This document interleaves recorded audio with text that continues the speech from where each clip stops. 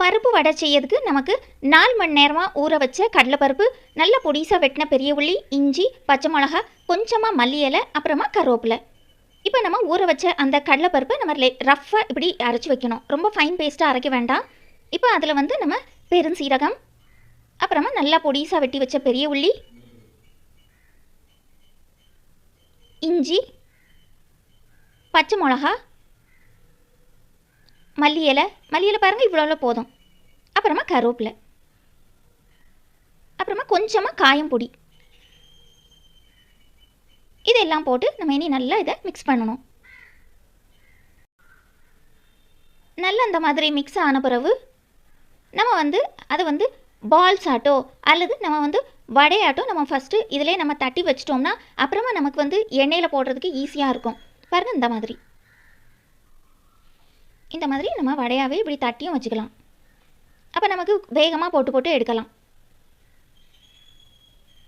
இல்லை நமக்கு இப்போவுமே தட்டி வைக்க வேண்டாம் அப்படின்னா நம்ம பாலாக உருட்டி வச்சுட்டு அந்த நேரம் கூட நம்ம உடனே நம்ம தட்டி போட்டுடலாம். பாருங்கள் இந்த மாதிரி ஒன்றில் இப்படி தட்டி வைக்கலாம் அல்லது பாலாகவே வைக்கலாம்.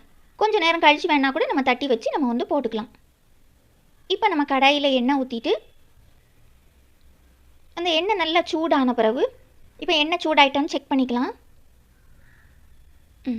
எண்ணெய் சூடாயிட்டு இனி நம்ம ஒவ்வொரு வடையாக இப்படி எடுத்து போட்டு பொரிக்கணும்.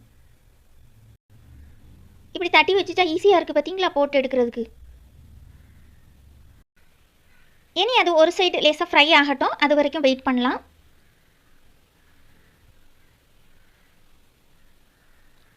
இப்போ வந்து அது வந்து ஒரு சைடு லேசாக ஃப்ரை ஆகிருக்கு. இனி நம்ம என்ன பண்ணுறோன்னா அதை வந்து நம்ம அடுத்த சைடு நம்ம மாற்றி போடுறோம்.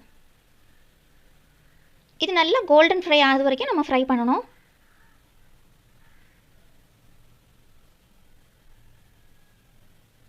பாருங்கள் இப்போ இந்த சைடும் நல்லா ஃப்ரை ஆகிருக்கு. இனி நம்ம அடுத்த சைடு போட்டு இன்னும் நல்லா ப்ரௌன் கலர் ஆகுது வரைக்கும் நம்ம அதை வறுக்கணும்.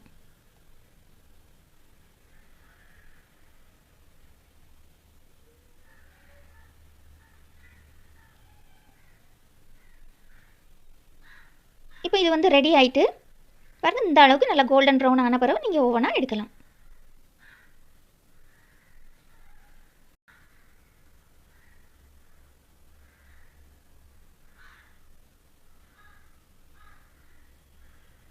இப்போ இனி பாக்கி இருக்க வடை மீதி நான் இப்படி தட்டி வச்சுருக்கு பார்த்தீங்களா, அதை இப்படி எடுத்து போடலாம் ஓவனா.